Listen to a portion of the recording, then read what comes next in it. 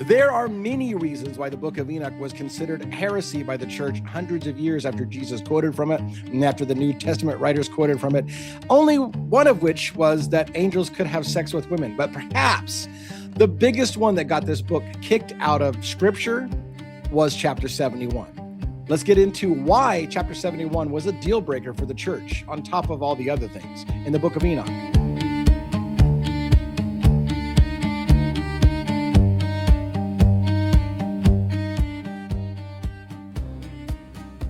Now, while this is a series and there have been 7 or 6 parts before it, that doesn't mean you need to stop and go back and watch all the other parts. These are designed to be standalone. We're going to deal primarily with the ending conclusion, chapter 71, that got the Book of Enoch banned by the church and cast out after hundreds of years of use by both Jews and Christians after the death of Jesus. And then something came along and the church said, oh, hell no, we got to end that shit. That book says too many weird things. On top of course, that angels can have sex with women, was chapter 71. Now, when I was a Christian, I will tell you, I was kind of leaving Christianity around the same time that I really decided to allow myself to read the Book of Enoch. Because again, the church told me, big no-no. I wasn't allowed to read the Book of Enoch, but eventually I started to separate and say, I'm going to learn this stuff for myself. And when I read it, I was at first excited. Oh my gosh. This book was written hundreds of years before Jesus, and it predicts the coming of Jesus. And there was a moment when this renewed my faith in the Bible. Like, holy crap. This book, hundreds of years, written in 300 BC, hundreds of years before Jesus even was born, seems to predict Jesus. It talks about the Son of Man, one who will make all the kings bow down and worship him as he sits at the right hand of God. That sounds like Jesus all the way. And so I was like, holy crap, how did I miss this? Why did the church ban this? It's predicting Jesus hundreds of years before the New Testament was written. And then chapter 71 was like, oh, it's not Jesus. And that's why it's a problem for the church. In my humble opinion, it became a major problem for the church when the Son of Man was revealed and it wasn't Jesus. Pretty clear. So let's get into it. I'm going to read, this series has been reading the entire book of Enoch for you from start to finish. Every single word I read from one of many different translations. And so we're going to do the same. We're going to read from chapters 58 through 71 now.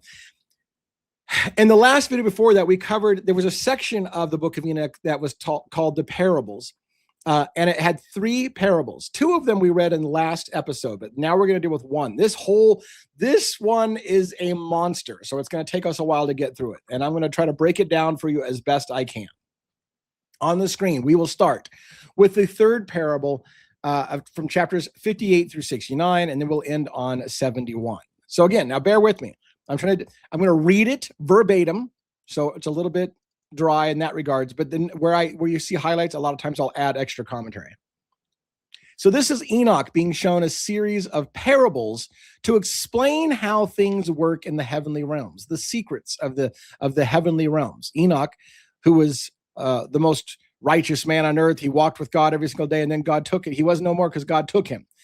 That was what the Bible, the canon that the Christians accept today say. Enoch walked with God, and then he was no more, for God took him.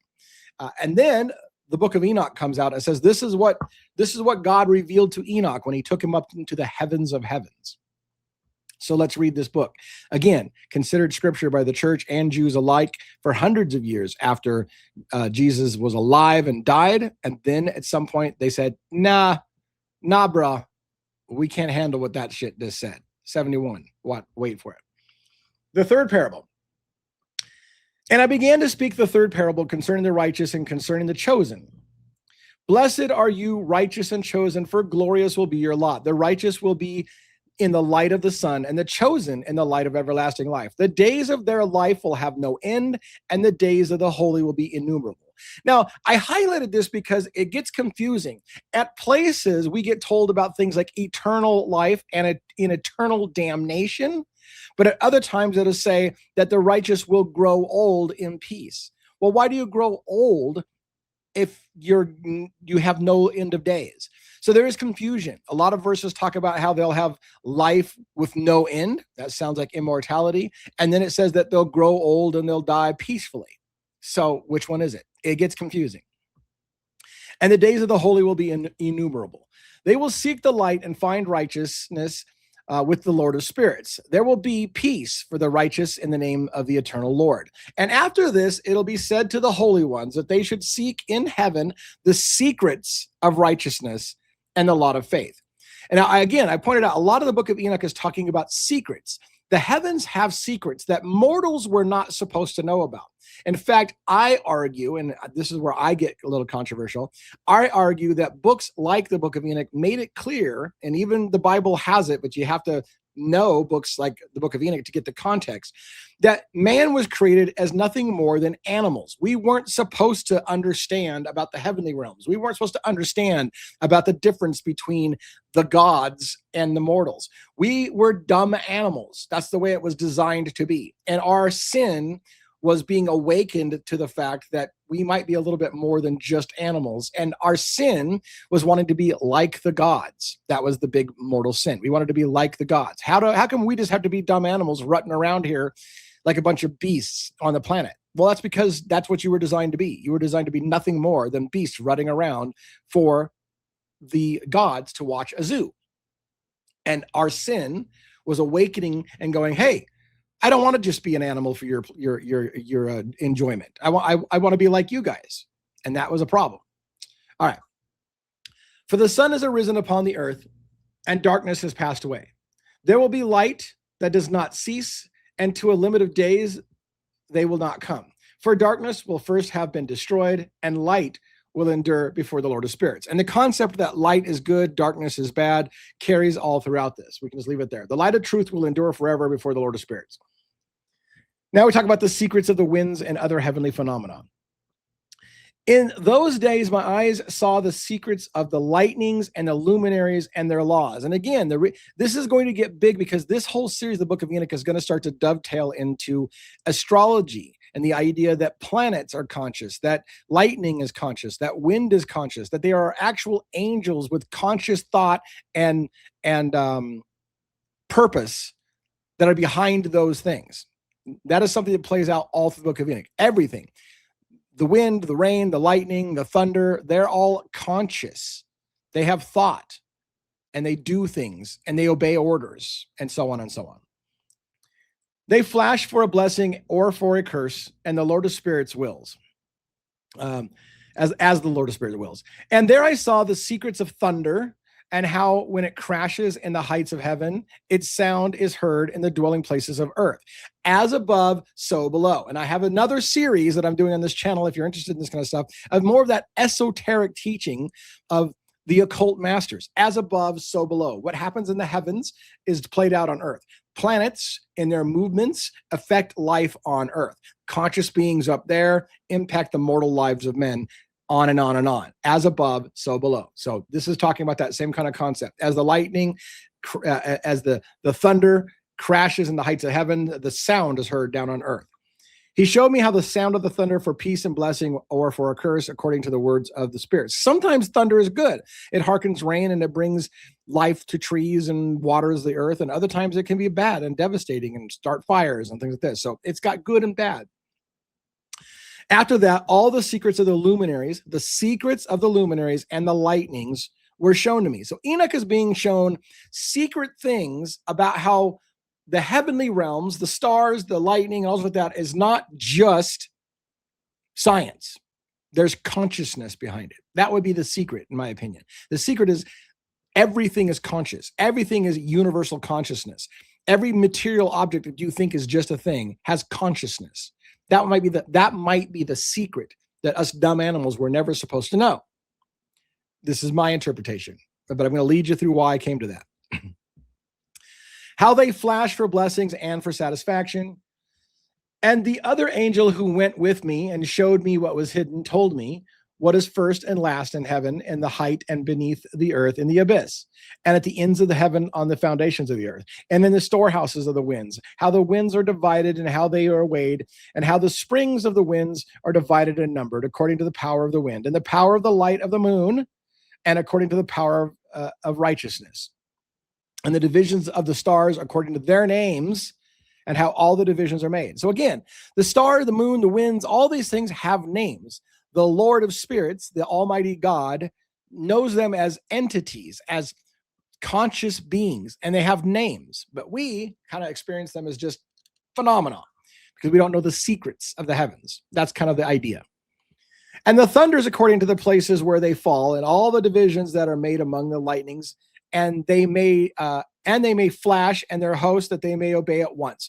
For the thunder resting places were given as it awaits its voice, and the thunder and lightning are not separated, and although they are not one. So it talks about thunder and lightning up above are one thing, but down here we experience as thunder and then lightning. They're separated, but they're not really separated. They work as one. Now these are weird concepts, and I would argue, don't take it too literal. I don't believe the people who received these writings took it literal. They understood that these were metaphors for something. It was supposed to be teaching a spiritual concept. And although they were not alone, they're not one. By the wind, the two of them go and are not separated. For when the lightning flashes, the thunder utters its voice, and the wind at the right time causes it to rest and divides equally between them. For the storehouses of their times is like that of the sand, and each of them is checked by a rein, meaning a leash, right, or a tether. And it is turned back by the power of the wind and driven thus according to the many regions of the earth. The wind of the sea is masculine and strong. And again, many things that we consider just to be scientific, the wind, the water, whatever, have traits of gender. This is male, this is female. The male and the female were divided. And again, it's a concept. And I realize this is kind of deep and philosophical, but you have to understand, I think, how they thought. And so that you don't get too tied up in the whole, oh, this must be literally talking about a person and this must not, and I'm going to pick and choose when it is a person and when it's not. You need to understand the whole language. This is the way everything's described. Everything in the universe has masculine and femininity and all those things and names. And according to the power of its strength, it draws it back with a rein, and thus it is driven and scattered into all the mountains of the earth. The wind of the frost is its own angel, and the wind of hail is a good angel. The wind of the snow God has released because of its power, and the spirit in it is special. And what arises from it is like smoke, and its name is frost. So again, phenomena like frost and hail and wind are listed as angels. They're conscious beings that have names, and God calls by name and asks them to go perform their duties. And the wind of the mist is not mingled with them in their storehouses, but has a special storehouse because its course is glorious, both in light and in darkness, and in winter and in summer. And its storehouses is an angel. So even the storehouse where these lightnings and thunders come from and go back to is itself an angel. Everything is conscious. The wind of the dew, its dwelling, is at the ends of the heaven. And right now, I don't know if you can hear it, but a helicopter is flying over my house and it's loud as hell. It's going to show up on this thing. So when you're saying, what the hell was that, DA? Helicopter flew over. We have a lot of fires, by the way, going on right now, and they're putting out fires by getting dumps of water from helicopters and dumping on fires. Side tangent. All right, let's go. And its course in winter and summer, and its clouds and the clouds of the mist are associated, and the one gives to the other. And when the wind of the rain moves from its storehouse, and the angels come upon the storehouse and bring it out, and when it's scattered on all the dry land, it is joined with the water that is on the dry land. And whenever it is joined with the water on the dry land, and there's ellipses here, these ellipses that are on the screen, if you see right about here, there are portions of the Book of Enoch that are fragmented and they've lost certain portions. Most of it is there, but just like in the same with the Bible, there are portions that are lost, and they kind of, if you get enough copies, you can kind of fill in the places. This is one of those missing gaps. For the waters are for those who dwell on the dry land, and for they are nourishment for the dry land from the Most High who is in heaven. Therefore, there is a measure for the rain, and the angels are given charge of it. So conscious angels determine how much water the land gets and where the water falls and all this. It's a conscious decision. It's not just science. There's a consciousness to it, a meaning, a deliberate act, all uttered by the Almighty. All of these things I saw towards the garden of the righteous. And now we're going to get into the flood. This is some big stuff again. We already know, if you've listened to my previous things, the reason for the flood. is that God made man, and then angels in heaven decided that women having sex with men down on earth looked like a pretty fun thing. And they're like, damn, that looks pleasurable. That looks enjoyable. Let us go down from the heavens and take human forms. And these angels, some of them may have been represented as serpents. We'll get to that in a little bit. They decided to take human forms and come down and have sexual relations with women, and they were able to produce children. And then God got pissed off and said, this is not how it's supposed to be. Angels are not supposed to go down into the material world with all the dumb animals and bang all the animals. That's an abomination. Think about how we view a man who screws a goat. We're like, that's disgusting. That's how it was for the gods, that angels would have sex with humans. That's disgusting. Humans are animals. It's the same thing as we would feel about a man screwing a goat or a sheep. We'd be like, that's just fucking wrong. And for the gods, it was the same way. We are animals. You don't go down in a rut with animals. That's disgusting. Stick with your own kind. And by the way, angels don't have to reproduce, so they don't have sex. That was the sin. They came down and decided they wanted to see what this felt like. So now we're talking about the flood and the final judgment. And again, this is the final judgment of antediluvian man before the flood. In the year 500, in the 7th month of the 14th of the month, in the life of Noah. So now we're talking about the Bible and the Noah's flood. It happens in chapter 6. In that parable, I saw how a mighty quaking made the heaven of heavens quake, and the host of the Most High and the angels, thousands of thousands and 10,000 times 10,000, were greatly disturbed. So there's rumblings happening in the heaven based on what's happening on earth. And this is one of those concepts that's really difficult. God doesn't seem to necessarily know what's happening on earth, but the earth becomes agitated, the heavens become agitated at the sins that are happening. And this draws God's attention. Like, what the fuck's going on? Why is everybody troubled? Well, look what your angels are doing to humans on earth. They're rutting with the animals. Well, that shit's going to stop. And the head of days was sitting on the throne of glory, and the holy and righteous angels were standing around him, and great trembling took hold of me, and fear seized me. So Enoch's watching this precursor of the flood.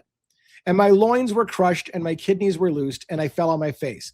And Michael, the archangel, we've read about him earlier in this book, sent another angel from among the holy ones, and he raised me up. So Michael sends an angel to lift Enoch up off of his feet or his knees or whatever, and he raises him up, and he says, for I had not been able, Enoch explains why he's on his knees, I had not been able to endure the appearance of the host and its turmoil and the quaking of the heavens. And Michael said to me, what have you seen that you're so disturbed? Make sure I didn't hit 2 pages. Oh yeah, I thought maybe I hit 2 pages. Until today has the day of mercy lasted, and he has been merciful and long-suffering to those who dwell on the earth. And when the day and the power of the punishment and the judgment come, which the Lord of Spirits has prepared, and those who do not worship the righteous judge, and for those who deny the righteous judgment, and for those who take his name in vain. And the day has been prepared for the elect, for a covenant, for the sinners, a visitation. And on that day, 2 monsters were separated. The female monster, so again, maybe you take this literal, maybe you don't. But again, listen to the separation of male and female, just like man was separated into male and female. It's a metaphor for divisions and how things get divided and separated into different purposes under the guise of the Almighty.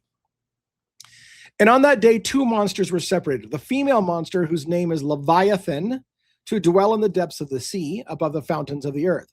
But the name of the male is Behemoth, who occupies with his breast the trackless desert named Dunyan, east of the garden where the chosen and righteous dwell, where my great-grandfather was taken up, the 7th from Adam, the first man whom the Lord of Spirits created. So here we're talking about in the desert or the dry land, the land area. Behemoth is a beast or a monster that is in charge of the lands. The oceans are in the charge of Leviathan, a sea monster. And some people will literally draw pictures of Leviathan and Behemoth, but it may have just been a metaphor, something for Enoch to try to get his mind grabbed. There's a consciousness that rules the seas. There's a consciousness that rules the earth. We'll call the consciousness that rules the seas Leviathan. We'll call the consciousness that rules the earth, the land, Behemoth.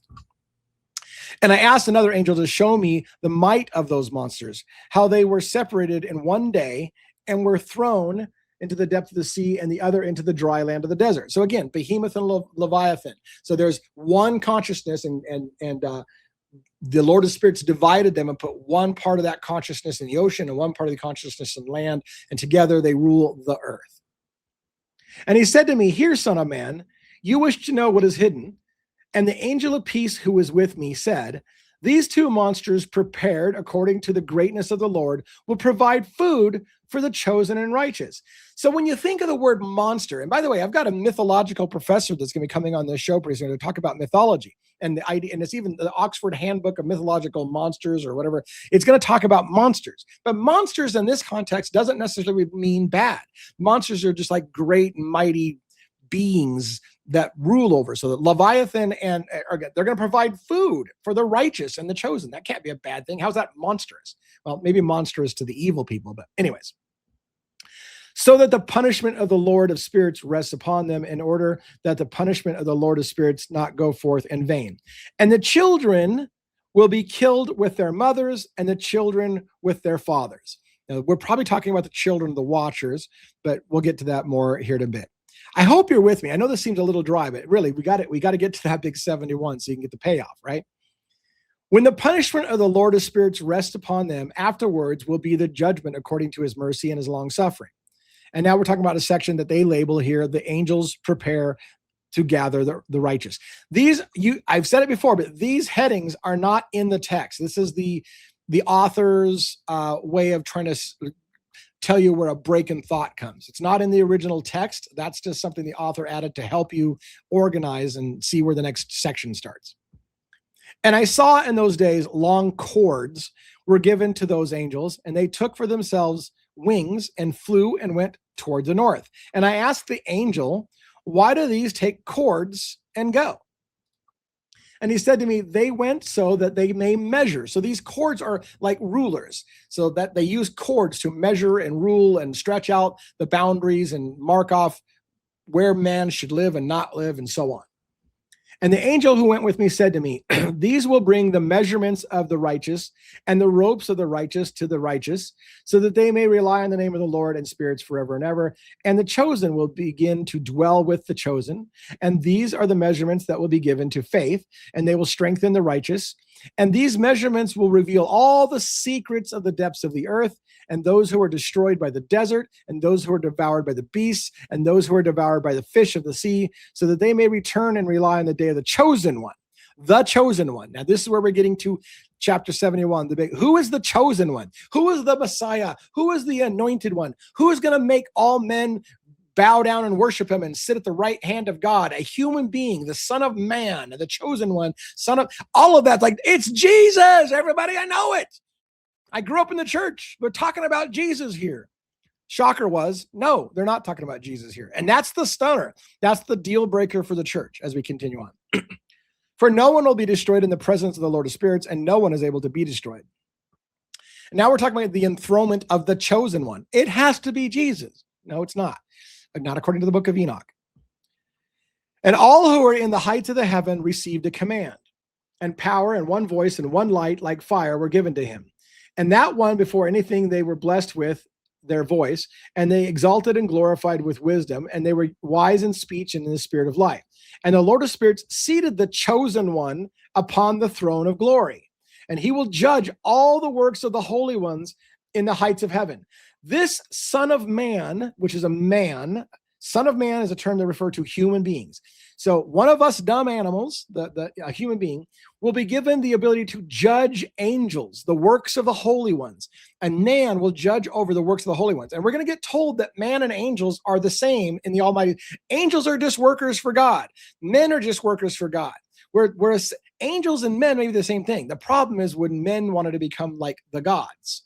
So there's gods, and then there's angels who work for the gods, and then there's humans.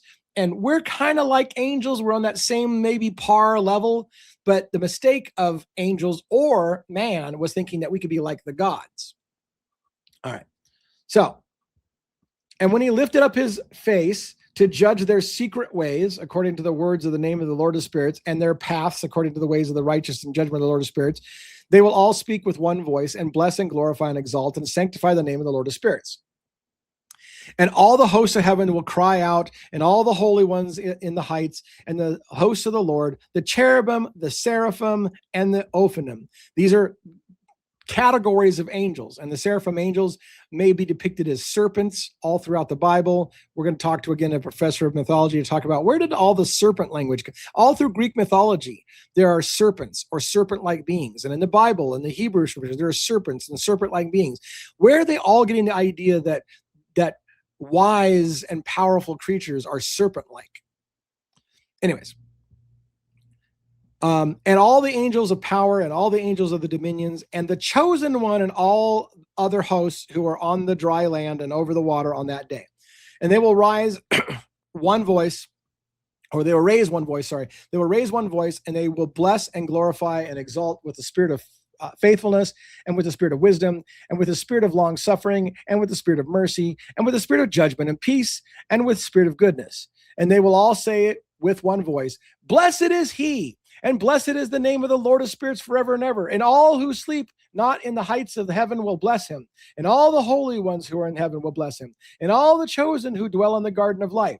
And every spirit of light that is able to bless and glorify and exalt and sanctify your blessed name, and all the flesh that is in excess of all the power that glorifies and blesses your name forever and ever. For great is the mercy of the Lord of spirits, and he is slow to anger, and all the deeds and all his mighty acts, and many as he has done, and he has revealed to the righteous and the chosen in the name of the Lord of spirits. And yes, there's a lot of both the Bible and the Book of Enoch is going on and on about the great praise, the Almighty. We must talk in a million flowery ways about how you are so amazing.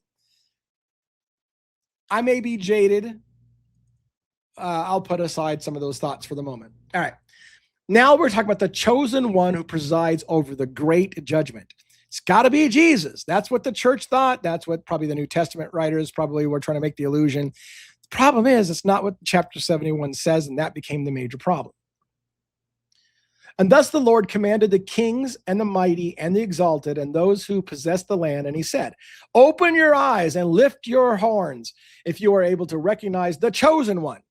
Who have I, the Almighty God, chosen as the chosen one to bring all humanity under his rule and judge angels? Is it Jesus? No, that's the problem.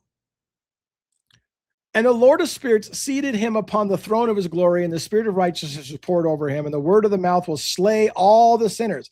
Remember, in the book of Revelations, we're talking about Jesus has the sword that comes out of his mouth and slays the nations. That's not Jesus, according to the book of Enoch. It never was. The New Testament writers may have seen all that language and said, the book of Enoch must be talking about Jesus. The problem was, the book of Enoch tells you who they're talking about, and it's not Jesus. And there will stand on that day all the kings and the mighty and the exalted and those who possess the land, and they will see and recognize that he sits on the throne of his glory, and righteousness is judged in his presence, and no lying word is spoken in his presence. So some human being, some son of man, some chosen one will be sitting on the throne next to God, judging all of humanity. And pain will come upon them as upon a woman in labor, and when the child enters the mouth of the womb, and she has difficulty in giving birth. And one group of them will look at the other, and they will be terrified and will cast down their faces, and pain will seize them when they see that the Son of Man, which means a human, when they see the Son of Man sitting on the throne of his glory. And it's language straight from the Bible that we accept. Son of Man is a human being who's going to be exalted and given the right to sit on the throne of the Almighty. And the kings and the mighty and all who possess the land will bless and glorify and exalt him who rules over them all, who was hidden. For from the beginning the Son of Man was hidden, and the Son of the Most High preserved him in the presence of his might, and he revealed him to the chosen. Now, this language right here for many Christians is the idea of that Jesus has always existed. The Son of Man was always around, but he was hidden. We didn't know about him until God revealed him, but he always existed. That may not be the intention at all. It just meant that the plan for the chosen one was always there. But we'll set that aside because this is not a Bible study. That's the hardest part I have is reading this to you so you get an idea of what I see in it without making it a full-on Bible study. And the congregation of the chosen and the holy will be shown, and all the chosen will stand in his presence on that day. And now we're going to talk about the condemnation of the kings and the mighty. And all the kings and the mighty and the exalted and those who rule the land will fall on their faces in his presence, the chosen one. And they will worship and set their hope on that Son of Man, a human being who will subject all the kings of the earth to him. And they will supplicate and petition for mercy from him. But the Lord of spirits himself will press them, so that they will hasten to depart from his presence, and their faces will be filled with shame, and the darkness will grow deeper in their faces. And he will deliver them to the angels for punishment, so that they may exact retribution from them for the iniquity that they did to his children and his chosen ones. So the mighty of the earth, the mighty men, the leaders and kings of the earth have abused God's people by exerting control over them in ways that were not allowed. So so he's going to punish the mighty kings who have gotten all throughout our history. Kings have subjected man and made them bow down and worship, and kings will do whatever they want. I'll take your wife if I want to. I'm the king. It's good to be king. Kings get away with anything. But someday those kings are going to get punished for doing that to the other beasts of the field. And they will be a spectacle for the righteous and for the chosen ones, and they will rejoice over them, because the wrath of the Lord of spirits rests upon them, and his sword is drunk with them. And now we talk about the salvation of the righteous and the chosen. And the righteous and the chosen will be saved on that day. Saved. Who saves? Who do we turn to for salvation? This is why the church could not handle this book, in my opinion. And the righteous and the chosen will be saved on that day, and the faces of the sinners and the unrighteous they will be henceforth not see. And the Lord of spirits will abide over them, and with that Son of Man they will eat, and they will lie down and rise up forever and ever. With this Son of Man we're talking about, everyone will be blessed or punished. And that righteous and chosen will have arisen from the earth and have ceased to cast down their faces and have put on the garments of glory. And again, the Bible talks about in language of in the New Testament about how we're going to be transfigured, transformed, receive new garments, garments of light. Same language here, hundreds of years before the New Testament was written. That's where they borrow that language, in my opinion. The language of the New Testament comes from these books written long before that they all knew about. That's where they're borrowing the language. White-haired people with swords coming out of their mouth and all that. It's straight out of these books. But then they banned these books and said, you can't read these books because we don't like the conclusion that it reaches in chapter 71. And this will be your garment, the garment of life from the Lord of spirits, and your garments will not wear out, and your glory will not fade in the presence of the Lord of spirits. And by the way, I could get really, really weird about what the garments and why it doesn't wear out. And our human bodies wear out, and we die, and and if you believe in reincarnation, you get a new body. But if that wears out, our skin suits may be a garment. But if we are transfigured into a being of light, that garment, that body, that light body, will never die and doesn't have to be replaced like these bodies that wear out and grow old and have to be replaced when it starts getting threadbare. The confession of the kings and the mighty. In those days, the mighty and the kings who possess the land will implore the angels of his punishment to whom they have been delivered and give them a little respite. Give us some peace. We fucked up. This is what the humans are going to say. Same thing the angels said to Enoch. Tell God we're sorry that we went out and banged women. We're really sorry about that. But God's not going to listen. And he doesn't listen to these people either. That they might fall down and work. They're like, give us some rest though. We can worship you. We did bad, but if you cut us a little break and quit punishing us, we could worship you forever. Like you wanted us, like we will bend the knee like you wanted us in the beginning, but it's too late. You didn't bend the knee when you were told to bend the knee. So now you will be punished forever. Even though you're begging, just let me be a groveler. Let me be a groveler. Just give me a break so I can grovel. That they may fall down and worship in the presence of the Lord of spirits, and that they might confess their sins in his presence. They will bless and glorify the Lord of the spirits and say, blessed is the Lord of spirits and the Lord of kings and the Lord of the mighty and the Lord of the rich and the Lord of glory and the Lord of wisdom and blah, blah, blah, blah, blah, blah, blah.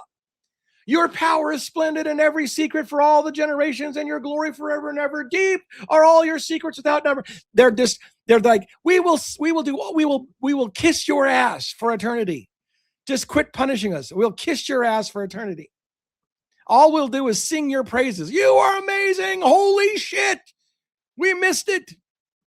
We want to spend the rest of our eternity praising you and how amazing you are. Just stop kicking our ass. I'm putting it in as blunt words as I can because that's what I do. Deep are all your secrets, and without, they're still praising. Deep are all your secrets and without number, and your righteousness beyond reckoning. Now we know that we should glorify and bless the Lord of kings and him who reigns over all kings. And they will say, would that we could be given some respite, that we might glorify and praise and make confessions to the presence of your glory. Now we desire a little respite and do not find it. We pursue it and do not lay hold of it. And light has vanished from our presence, and darkness is our dwelling place forever and forever, our dwelling forever. So they're begging, let us just be grovelers. We'll do it. We'll spend the rest of eternity praising you and saying we were wrong. Just quit punishing us. For in his presence, we do not make confession, nor did we glorify the name of the Lord. They fucked up. We fucked up. We didn't confess. We didn't glorify you, but now we're ready to do that. Our hope was on the scepter of our kingdom and the throne of our glory. We were vain. We were rash. We thought we had all the power. We didn't realize we should spend eternity telling you you're the only one with power. So we fucked up. We're sorry. But it's going to fall on deaf ears. But on that day of our affliction and tribulation, it does not save us. Nor do we find respite to make confession that the Lord is faithful in all his deeds and his judgment and his justice, and his judgments have no respect for persons. And we vanish from his presence because of our deeds, and all of our sins are reckoned as righteousness, reckoned in righteousness. Now they will say to themselves, our lives are full of ill-gotten wealth, but it does not prevent us from descending into the flame of torment of Sheol. So we did all this work to be powerful, and now we're still going to burn for this shit. We're going to go into the grave burning in torment. And after that, their faces will be filled with darkness and shame in the presence of the Son of Man. So again, this human being who's going to judge them and cast them into eternal punishment. And from his presence, they will be driven, and a sword will abide before him in their midst. Thus says the Lord of spirits, this is the law and the judgment of the mighty and the kings and the exalted and those who possess the land in the presence of the Lord of spirits. And now Enoch sees fallen angels. Now this is where it's going to get talking again about the watchers who came down and had sex with women. We're going to get that recap again before we end with the judgment of the watchers by, again, the Son of Man. So another figure I saw hidden in that place, I heard the voice of the angels saying, these are the angels who descended upon earth, and what was hidden, they revealed to human beings, and they led human beings astray so that they committed sin. This is the watchers who left the heavenly realms and taught men that they're not just beasts of the fields, that there's a heavenly realm above them. So as above, so below. That secret was never supposed to be told to the dumb animals. And so some Noahic fragments. Now this is going to be a little confusing. We're going to now shift from Enoch talking to Noah talking. So this is going to be like Noah talking to Enoch. So the whole book has been Enoch getting shown things about the heavens. But now we're going to kind of like backtrack, in my opinion, and look at Noah in the time of the flood, asking Enoch to talk to God and explain why the flood's coming. Noah's visions of the earth and the destruction of Enoch's interpretation. In those days, Noah saw that the earth had been tilted and its destruction was near. And he set out from there and went to the ends of the earth, and he cried to his great-grandfather Enoch. Enoch, the book of Enoch, is the great-grandfather, according to this, of Noah. And if you follow it in the Bible, you see the genealogy, and that lines out. There's Methuselah and Lamech and Enoch, and all in this line up from above Noah. And Noah said 3 times with a bitter voice, hear me, hear me, hear me. And after that, there was great quaking upon the earth, and a voice was heard from heaven, and I fell on my face. This is Noah, I believe, falling on his face. And Enoch, my great-grandfather, came and stood by me and said to me, why have you cried out to me with bitter cry and lamentation? So Noah's crying out to Enoch, and now Enoch is answering him in this vision, parable, or whatever. I said to him, tell me what is happening upon the earth, that the earth staggers so and shakes, lest I perish with it. So Enoch and those in heaven don't know what's happening on earth. Noah is coming and saying, holy shit, it's turned to shit down here.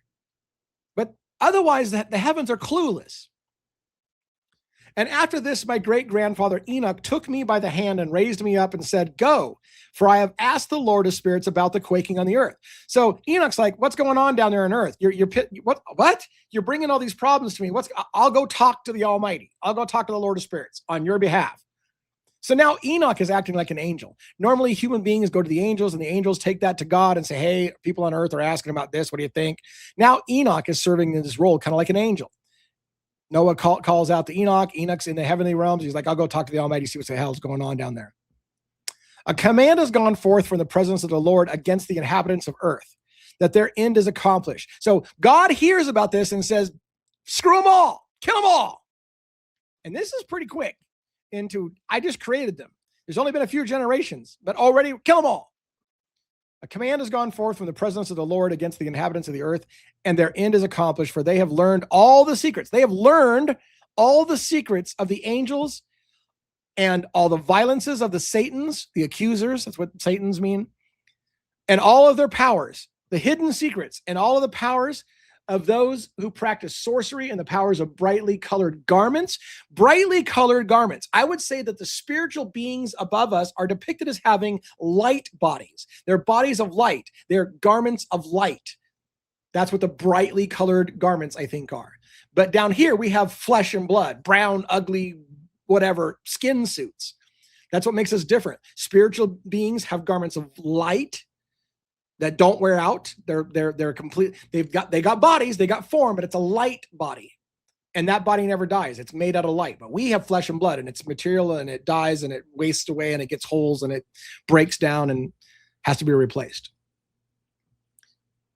And he learned the secret. So he's talking about the secrets that were revealed to the dumb animals down below, and how silver is produced from the dust of the earth, and how soft metal is poured out on the earth, and the lead and tin, and for lead and tin are not produced from the earth like the former. So raw material like silver and gold, for example, come from the earth, but then from that we make lead and tin. And they're not produced from the earth like the former. There is a fountain that produces them. So you smelt these things down and you make them into things, and an angel stands in it, and the angel is preeminent. And he said to me, because of their iniquity, their judgment has been accomplished, and now will not be withheld in my presence because of the sorceries that they have searched out and learned. The earth will be destroyed and those who dwell on it. Because the watchers told man secrets of the heavenly realm and taught them that there's another place up there with beings of light we weren't supposed to know about, God's going to destroy us. And the earth will be destroyed and those who dwell on it. And these will never have a place of refuge forever, for they have shown them what is hidden, and they are judged. So again, we were given secrets. But as for you, my son, the Lord of spirits knows that you are pure and blameless of this reproach concerning the mysteries. So Noah probably knows about the mysteries since he's talking to somebody about the mysteries, but apparently the other people who know about the mysteries, they're bad. It gets confusing. And he's established your name among the holy ones, and he will preserve you from among those who dwell on the earth. So Noah this is the depiction of Noah. Noah was the only righteous man, and he and his family were considered righteous, and everyone else on earth dies. But Noah was considered special, favored by God, favored by Enoch, his great-grandfather, and the Lord of spirits, who said, you know what, you're all right. Everybody else can go to hell. Like, kind of literally. I'm looking at my timing. I'm not going to make this in an hour. I'm going to try to do my best. Let's speed this up. And he established your name among the holy ones, and he will preserve your name among those who dwell on the earth. And he has established your righteous seed to be kings and for great honors. And for your seed, there will be a flow of a mountain of righteousness and the holy, and they will be without number forever. And that's what they were told. Noah in the Bible is told that his seed will be reestablished on earth. That's exactly the same language in the Book of Enoch. It's just explaining the flood story in more great detail. And after this, he showed me the angels of punishment who were ready to go forth and let loose the power of the water that is beneath the earth, and it might be for the judgment and the destruction of all who reside and dwell on the earth. So angels are going to let loose the waters and destroy the earth. And the Lord of spirits commanded the angels who were going forth that they not raise their hands, but that they keep watch, for these angels were in charge of the power of the waters. And I went forth from the presence of Enoch. So for a while, and this is all in the Bible as well, the angels are told to wait until I tell you to open a can of whoop ass on the planet. But I got to make sure that my righteous one, Noah, and his family are safe inside an ark. And this is the divine oracle of the flood. And in those days, the words of the Lord came to me and said, Noah, your lot has come up to me, a lot without blame, a lot of love and a lot of love, a whole lot of love. And it was a lot of love and uprightness. And now the angels are making a wooden vessel.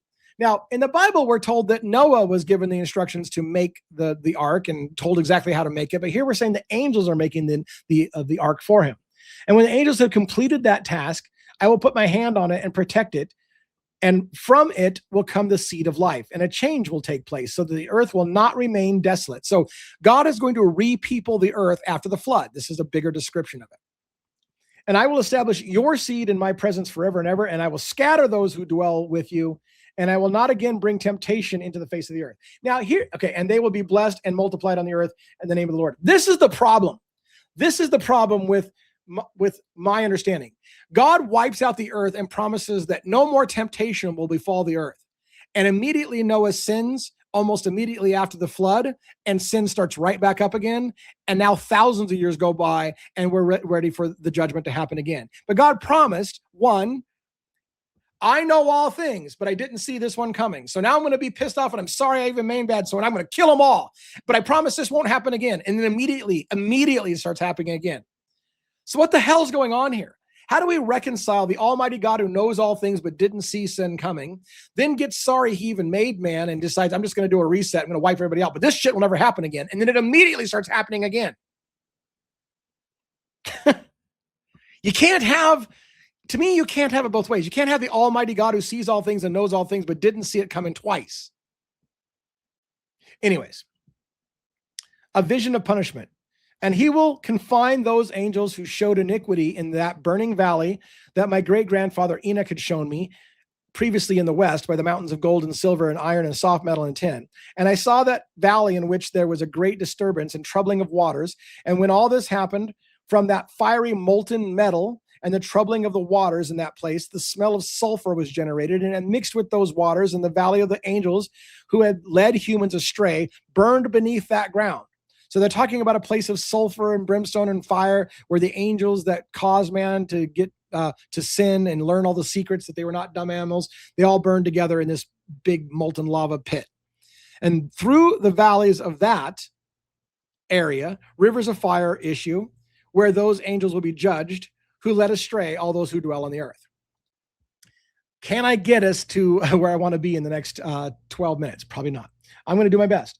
And in those days, those waters will serve the kings and the mighty and the exalted and those who dwell on earth for the healing of their flesh. Now that, I think, when you look at the context, healing is not a good thing. It's like this is going to be for your flesh what you deserve. Healing sounds good. Listen to the context. So these mighty waters full of fire and brimstone and whatever are going to be for the healing of the mighty people who think they're great on earth. And the judgment of their spirits. And their spirits are full of pleasure so that their flesh will be judged because they denied the Lord of spirits. And they will see their judgment every day and do not believe in his name.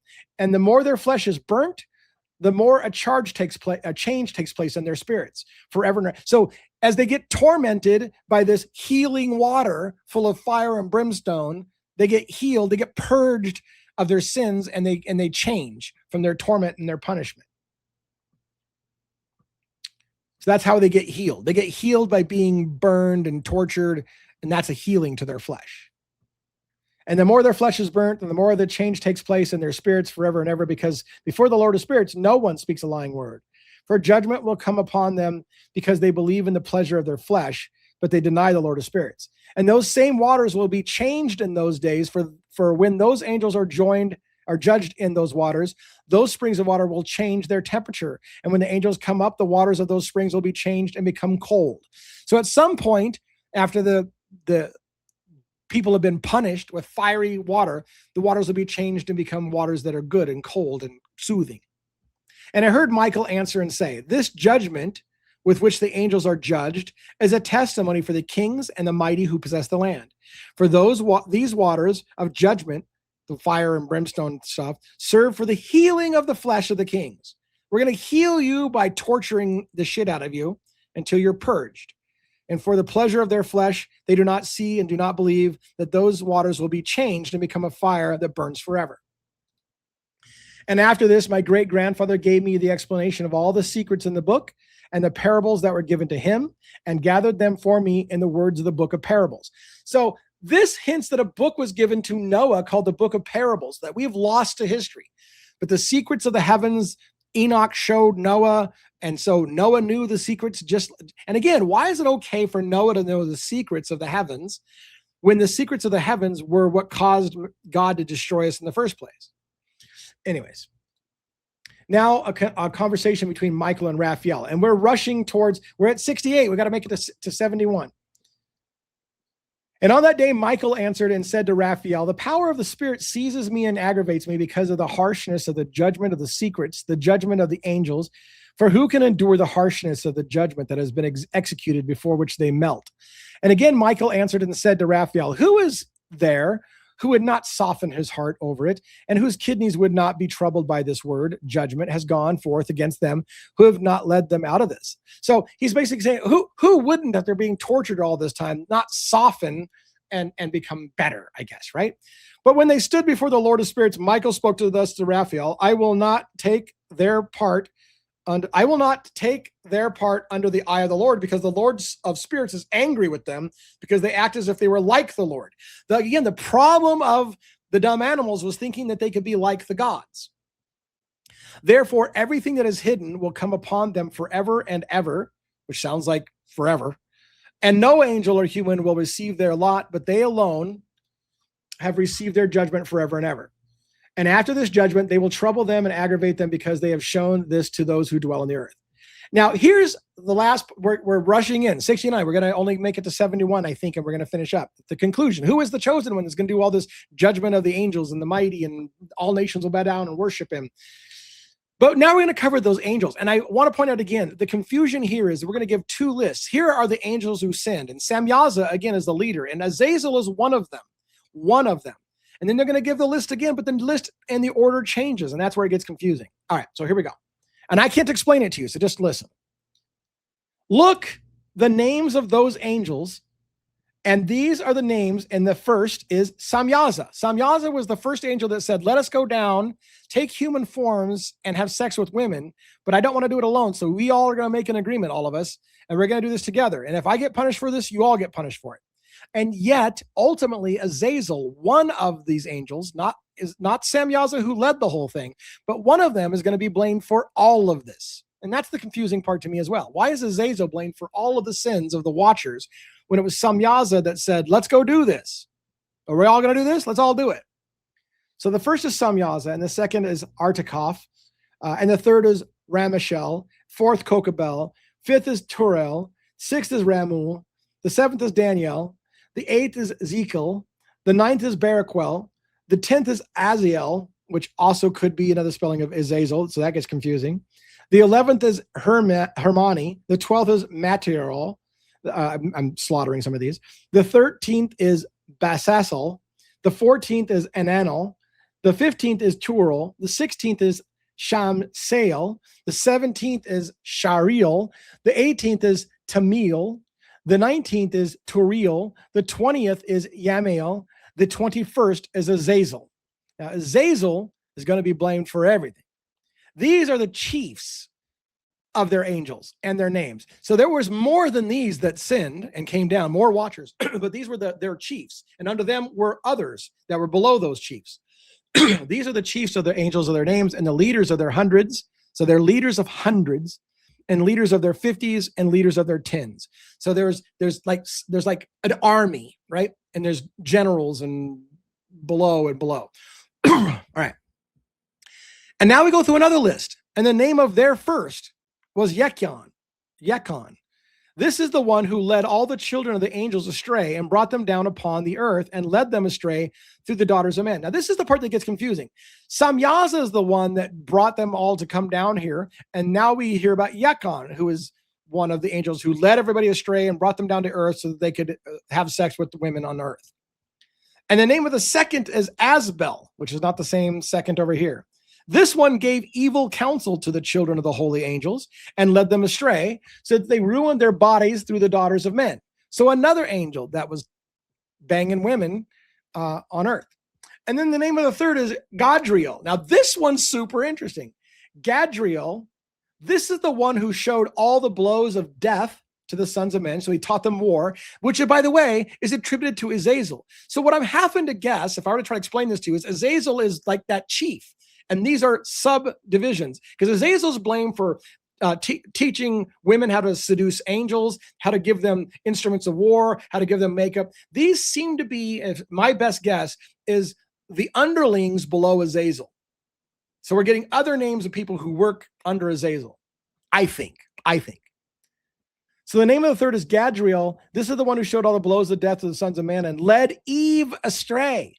Gadriel is specifically named as an angel or watcher who works maybe under Azazel to lead Eve, Adam and Eve. Eve led her astray. And he showed the shield of the coat of mail and the sword of the battle and all the implements of death in the sons of man. Now, I've already hinted before that Eve's sin, the forbidden fruit, may have been having sex with an angel. And wouldn't that make sense, considering that the whole sin of the watchers is coming down and having sex with women? And so is the metaphor of eating the forbidden fruit. Oh, you touched the forbidden fruit. We, to this day, believe the forbidden fruit means you had sex with somebody you weren't supposed to. Somebody's wife. That's forbidden fruit. Don't sleep with that woman. That's forbidden fruit. We still understand that. So did Gadriel, under the auspices of Azazel, lead Eve astray, and the forbidden fruit was Eve had sex with an angel? And does that explain why Eve was punished with pain in childbirth? Why? Well, you had sex, so now you're going to have pain in childbirth because you're going to have the child of an angel. That was before she had a child with Adam. And the name of the fourth is Penunel, or Penumi, or I don't know how to pronounce that. This one showed the sons of men the bitter and the sweet and showed them all the secrets of their wisdom.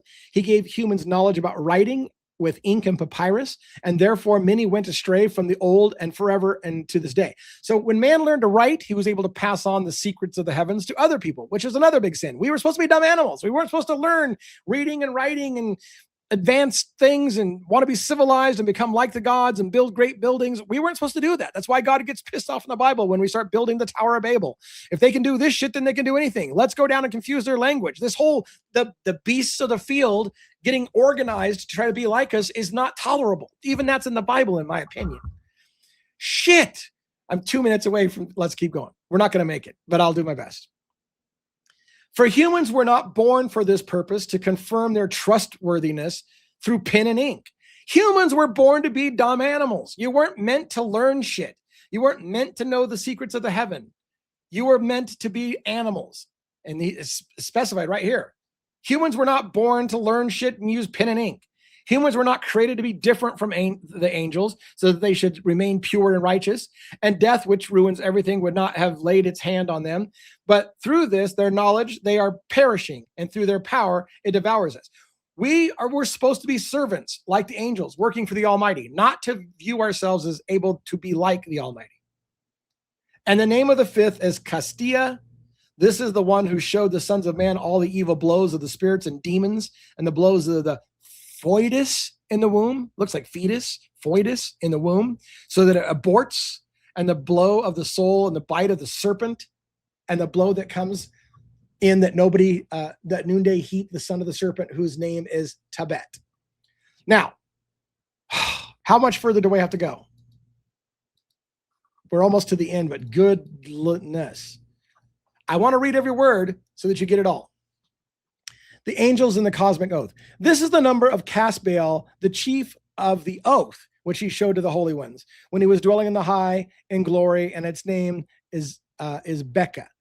This one told Michael that he should show him the secret name so that they might mention it in his oath, so that those who showed the sons of men everything that was in secret might quake at the name of the oath. So again, man was not supposed to know some secrets. And so we're getting told to have a secret name, and we're getting told about how we weren't supposed to know these secrets.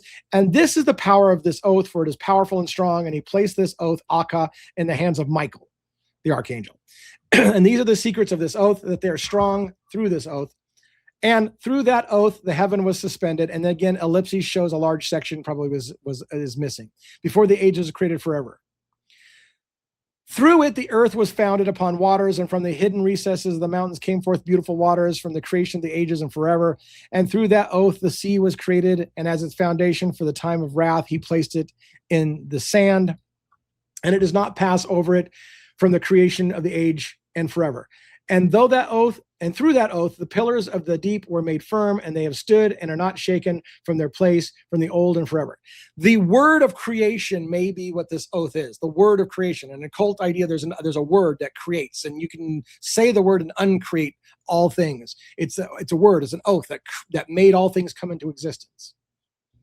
And through that oath, the sun and the moon complete their course, and they do not transgress their command. It was like the word of God that said, and let this be.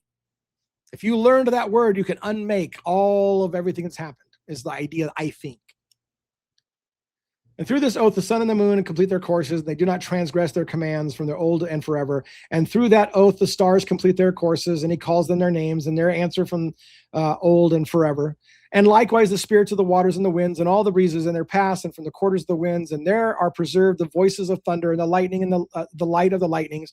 And there are preserved the storehouses of hail and the storehouses of hoarfrost and the storehouses of the mist and the storehouses of the rain and the dew. And all of these confess and give thanks before the Lord of spirits, and they glorify him with all their might. And their food is in the thanksgiving, and they give thanks and glorify and exalt the name of the Lord of spirits forever and ever. And over them is this oath. This oath is mighty. And by it they are preserved, and their paths are preserved, and their courses will not perish. That is basically the uttering of an organized physical universe, and I'll talk more on this in many videos to come if this channel survives. Now the judgment and concluding summary. And they had great joy, and they blessed and glorified and exalted, because the name of the Son of Man had been revealed. So now the Son of Man, the big reveal is coming, people. The big reveal. Who is the Son of Man who will do all these things? And he sat on the throne of glory, and the whole judgment was given to the Son of Man, this human being, and he will make sinners vanish and perish from the face of the earth. And those who led the world astray will be bound in chains, and the assembly of the place of their destruction will be shut up, and all their works will vanish from the face of the earth. And from then on, there'll be nothing that is corruptible, for that Son of Man has appeared. And when I was a Christian, I thought, this is Jesus. Amazing. How did they kick this book out of the church? This is talking about what Jesus is going to do. And he has sat down on the throne of his glory, and all evil will vanish from his presence, and the word of that Son of Man will go forth and will prevail in the presence of the Lord of spirits. This is the third parable of Enoch. And here we go. Enoch is then taken away. After this, while he was living, his name was lifted up into the presence of the Son of Man, that same man, into the presence of the Lord of spirits, from among those who dwell on the earth. And from that day, I should not skip. I went straight from one highlight to the other. He was lifted up on the chariots of the wind, and his name departed from among them. And from that day, I was not reckoned among them. And he sat me between two winds, between the north and the west, where the angels took cords and measured me for me, the place of the chosen and the righteous. And there I saw the first fathers and the righteous who were dwelling in that place from old. Enoch ascends into heaven and sees the heavenly secrets. And after that, my spirit was taken away, and it ascended to heaven. And I saw the sons of the holy angels, and they were stepping on flames of fire, and their garments were white or light, as was their tunics. And the light of their faces was like snow. And I saw two rivers of fire, and the light of that fire shone like hyacinth. And I fell on my face before the Lord of spirits. And the Lord and the angel Michael, one of the archangels, took me by my hand and raised me up, and he brought me out to all the secrets, and showed me all the secrets of mercy. And he showed me all of the secrets of righteousness. Enoch is being shown all of the secrets of the heavens. And he showed me all the secrets of the ends of the earth, and all the treasuries of the stars, and of all the luminaries go forth from before the holy ones. Enoch now ascends to the heavenly place. And he took my spirit, even me, Enoch, to the heavens of heavens. So he's gone up to the biggest heaven there is. And I saw there, as it were, a house built of hailstones. And between those stones were tongues of fire. And my spirit saw in that light a circle that encircled the house of fire. And from the four sides of that house came rivers full of living fire, and they encircled that house. And around it were seraphim, serpent-like angels, and cherubim and Ophanim. And those who sleep not, but guard the throne. So the angels never sleep. They're always awake. They're always watchers. And I saw the angels that could not be counted, thousands of thousands and 10,000 10,000 times 10,000. And they were surrounding that place. And Michael and Raphael and Gabriel and Funiel and the holy ones, those are all archangels, who are in the heights of the heavens, were going in and out of that place. And Enoch sees angels and the head of the days. And there came out of that house Michael and Raphael and Gabriel and Funiel, the archangels, and many of the holy angels without number.